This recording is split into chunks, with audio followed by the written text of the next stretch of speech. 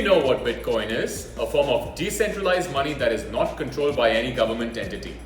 We also know that the supply of Bitcoin is capped at 21 million, which means only 21 million Bitcoins will ever be mined. This is an important fact.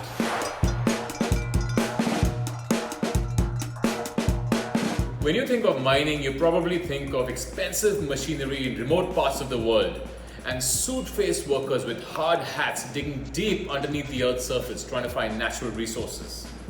Well, Bitcoin mining is a bit different, although expensive machinery is still a part of the equation. But we'll get to that in a minute. Bitcoin mining starts at the blockchain level. A blockchain is an online decentralized ledger that records transactions that are approved. Confused? Well, to make it simpler, think of a blockchain as a notebook. A block would be the equivalent of a single page in a notebook. And a transaction would be the same as a single line on a page in a notebook.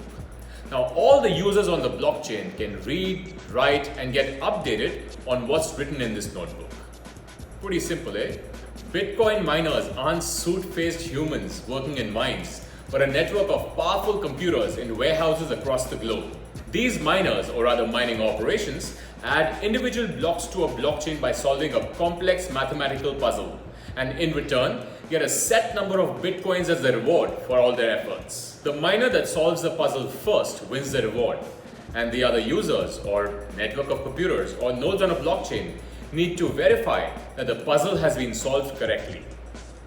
Hence, they say mining Bitcoin is very energy intensive, because so many electricity guzzling computers around the world are trying to mine a block and earn Bitcoin as a reward.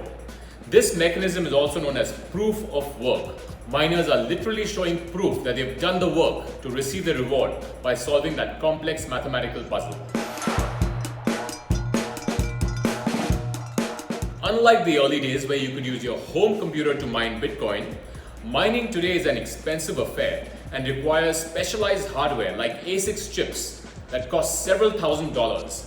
But that's only a tiny part of the expense. These chips consume a tremendous amount of electricity, and these costs can escalate quickly. You'll also need Bitcoin mining software, but that's not nearly as expensive. In fact, there are several options available for free.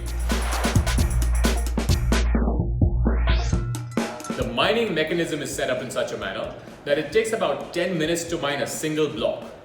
In 2021, the reward per block is 6.25 Bitcoins. So let's say Bitcoin's at about $40,000. So a miner is generating about $250,000 worth of value every 10 minutes. Sounds great, right? Not if the cost of electricity is prohibitively high.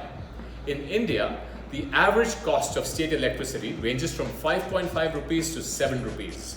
At these rates, the jury is out if Bitcoin mining is a profitable operation. Bitcoin miners are typically attracted to regions with plenty of rainfall and cheap surplus hydroelectric power, such as China's Sichuan province. But with the country banning mining operations and Bitcoin's carbon footprint a cause for concern among institutional investors, miners are now committing themselves to use energy resources in different parts of the world. Thank you for watching. I'll see you next week.